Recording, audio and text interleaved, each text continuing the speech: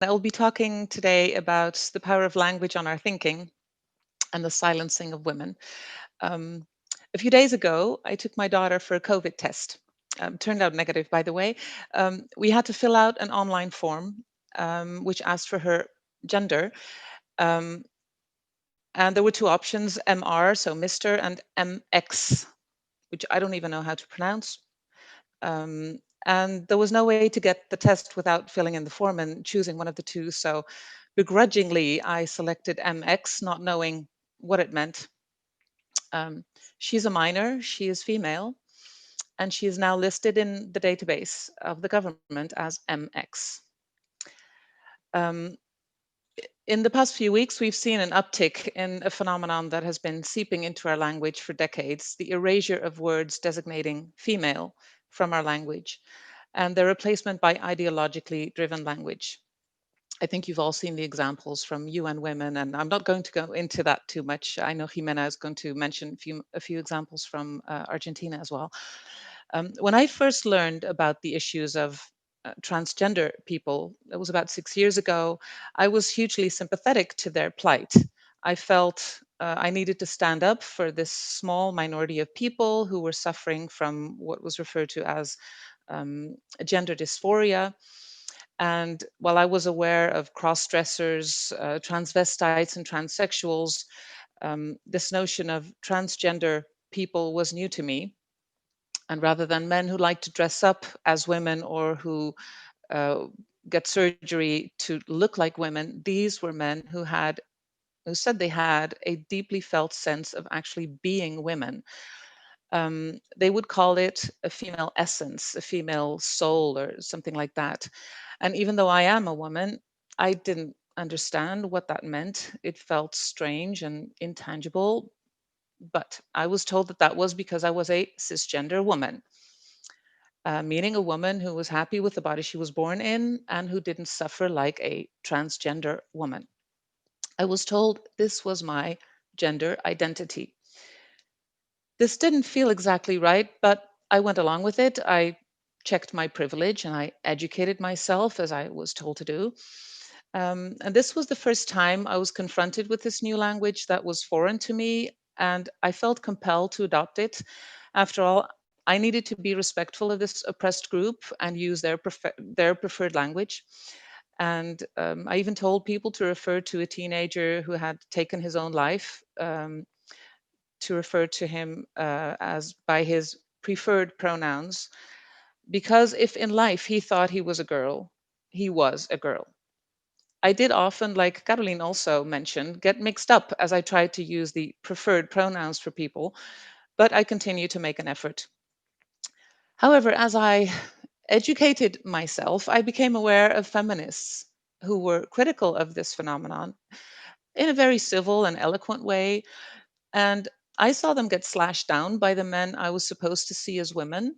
I saw men who claimed to be women posting pictures of their penises online, threatening women, generally displaying classic male abusive behavior, and doubt set in.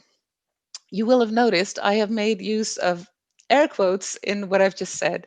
And that's because every time I use these air quotes, this was new language to me, language that I didn't really understand, but accepted on faith. So terms like gender identity, gender dysphoria, transgender, cisgender.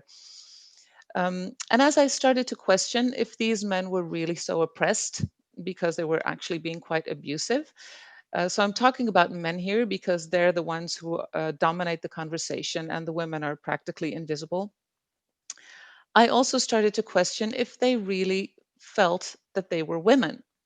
I had never really regarded them as women, but until then I had accepted that they genuinely felt they were. But I started to doubt this now, and I recognized elements from abusive relationships in their behavior. I think this links into what Caroline was saying about the narcissistic behavior. Um, Lying, intimidation, gaslighting, narcissism, entitlement, exploitation, including financially, abuse, demeaning and ridiculing behavior, demands for full submission. When I was myself in an abusive relationship, I gradually started to censor myself and keep my thoughts and feelings to myself in order not to anger my partner. And after many years of doing this, I practically forgot what my own thoughts and feelings were because I hadn't expressed them for so long. And not finding my own words meant I wasn't able to stand up for myself. I was gradually being brainwashed into believing that my feelings didn't matter. I had once been a confident, loud, and opinionated woman, but I became a shadow of my former self. And I saw a similar dynamic in the gender movement. Men were demanding that women be kind while trampling over their feelings. Men were dominating the movement while women were being made invisible, forced to submit to their wishes. And when women expressed their thoughts and feelings, they were met with abuse, threats, and sometimes actual real life consequences like being fired, sued, physically attacked. And as a result, many women censored themselves.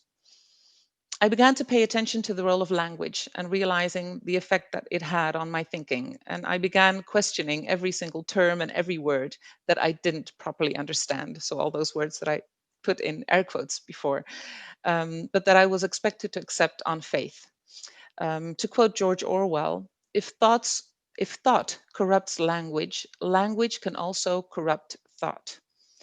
He warned of the dangers of accepting ideological language and being forced to lie. Your thinking doesn't only influence your language, but your language also influences your thinking. So if you're forced or coerced or groomed into using certain language, that will eventually change the way you think. Now, Bara Kerr, in her article, which I hope you know and have read, otherwise, please read it, called Pronouns Are Rohypnol, she describes this phenomenon in a very compelling way with regard to gender. She argues that the use of preferred pronouns is much more than a simple courtesy. It creates a conflict in your mind between what your eyes see and what you are expected to say. Kind of a short circuit in a way. It confuses us, it distracts us, and it makes us less alert.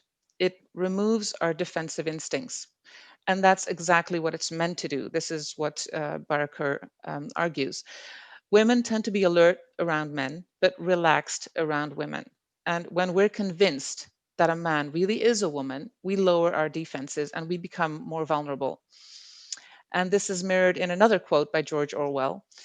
This invasion of one's mind by ready-made phrases can only be prevented if one is constantly on guard against them. And every such phrase anesthetizes a portion of one's brain. Now, the constant repetition of the ready-made phrase trans women are women has this effect. We are told we should not be on guard against men who say they are women because they are women. They pose no threat to us. Our instinctive reflexes are put to rest. Now, forcing people to deny the evidence of their own eyes or accept a lie as truth is a common tactic under totalitarian regimes. Hannah Arendt wrote about this in her work, The Origins of Totalitarianism, and I quote, "The ideal subject of totalitarianism is people for whom the distinction between fact and fiction, true and false, no longer exists." Now, the goal of this forced change in language is not to be respectful or inclusive of a small minority. It is not a request for kindness. It is to remove our ability to distinguish truth from fiction and even to make us indifferent to it. It will make us easy subjects to subjugate. You may think you're not living under a totalitarian regime, you have free speech, you live in a democracy, but free speech and democracy, like women's rights, are things that have to be fought and defended constantly. We are seeing that in many countries around the world. The notion of gender identity has been or is being enshrined in law. The language of gender ideology is used by the media. Male murderers, rapists, and pedophiles are referred to as women without even the qualifier of transgender. In some countries, it's considered a hate crime to refer to men who claim to be women as men. In New York City, employers can be fined up to $250,000 for not using an employee's preferred pronouns. The big Tech companies are policing the language of their users by banning them en masse from their platforms. Universities have fired professors for refusing to use compelled language. Political parties and politicians openly condemn and harass people, even who refuse to get in line. Ministries train their staff in newspeak, to use an Orwellian term. Children are taught in primary school about words they should and shouldn't use when it comes to gender issues. Free speech, democracy, women's rights, they are not a given in any country. Institutional capture has allowed this ideology to permeate all spheres of society. Feminist and lesbian spaces have either disappeared, been invaded by men, or gone underground. Women's and LGBT organizations are forced to embrace gender ideology and its language in order to secure government funding, as Inge also mentioned. And so we see this compelled language being repeated by all those different actors, even the ones who are supposed to be on our side. So even rape shelters are repeating this ready made phrase, trans women are women. It's gaslighting of the highest degree. And every time it is said, it anesthetizes a part of our brain. The effect of banning women from calling ourselves women is effectively silencing us. If we cannot speak of our experiences, we cannot stand up for our rights. And currently, we're only allowed to use the word women if it includes men. If we refer only to women, we are forced to use words like uterus haver, menstruator, or other demeaning terms. At the same time, some men claim to have a uterus, to have periods, to be able to get pregnant. In other words, there are no words left that exclusively refer to women. Every single word women have come up with to describe ourselves as a separate class to men has been claimed by men. Woman born woman, natal woman, biological woman, adult human female, and even cis woman. All of them are being claimed by men. The goal is not to change language. The goal is not to become more inclusive. The goal is to silence women entirely. Now, to end on a positive note, there is hope. More women and men are daring to speak out about this. There are new organizations that are being created to stand up for women, like WHRC. Um, but we still have a long way to go to undo this institutional capture that has taken decades to build. And until we are able to reestablish free speech and call ourselves women again, how can we counter the language that we are forced to use? Now, I've written down, I've made a short list of a few things that we can do. One, be aware. Don't repeat ready made phrases unthinkingly. And that also applies to ready made phrases from like minded people. So stay critical. Ask yourself what the words you use really mean. Is a trans woman a woman? Is a trans man a man? If so, what do you think woman and man means? What do you mean by trans identified male? What is trans? How do you define that? What does it mean to identify as female or male? What does transitioning and detransitioning mean? Transitioning from what to what? And what does it mean to live as a woman?